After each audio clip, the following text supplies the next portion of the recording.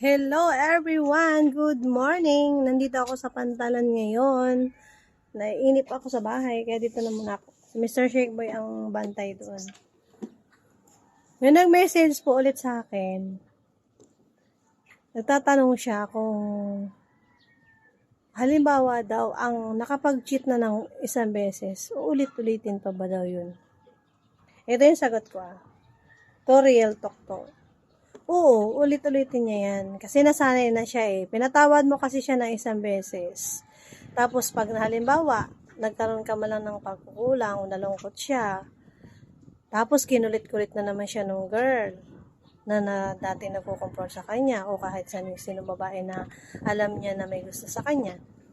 Uulitin niya yun. Yun kasi, parang history na yun eh. Nagawa niya na ng isang beses. Gagawa niya ulit yun pa ulit-ulit. Kasi ganun talaga yun. Basta maniwala kayo't hindi. Talagang cheater is a cheater. Kung magbabago lang naman yan talaga sa sarili niya, tutulungan niya sa sarili niya na hindi magano. Ibig sabihin kasi mga cheater na yan, hindi yan kontento.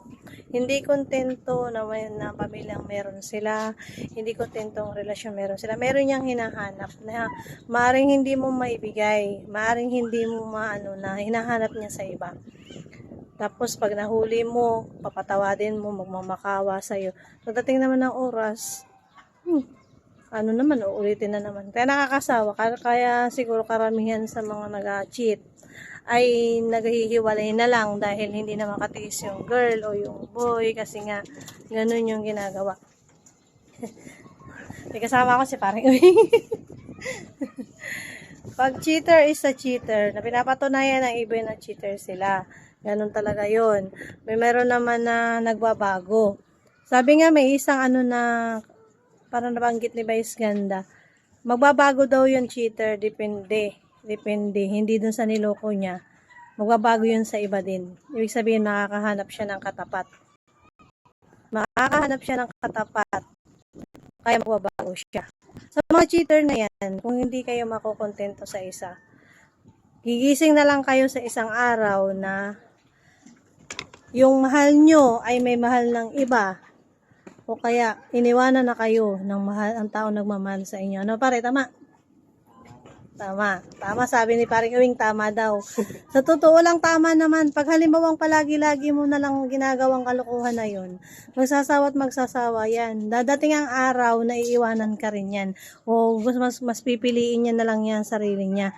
Kesan sa magtiyaga siya sa'yo, nakasama niya, na niloloko mo. Kaya pala maraming mga ngayon na mas gusto nila ay na lang, sarili na lang yung mahalin, hindi nagmahal ng iba. Kaya yan yung sagot ko dun sa kung ang cheater daw ba ay nakapag-cheat na o ulit-ulit yan. Nagkakahanap lang yan na kaunting butas, ulit-ulit. Kaya hindi rin ako naniniwala na Pero pabi ko nga gaya na sinasabi ko, wag muna po pa third chance. Mag-third chance pa kasi yan. Abuso na yan eh. Abuso na.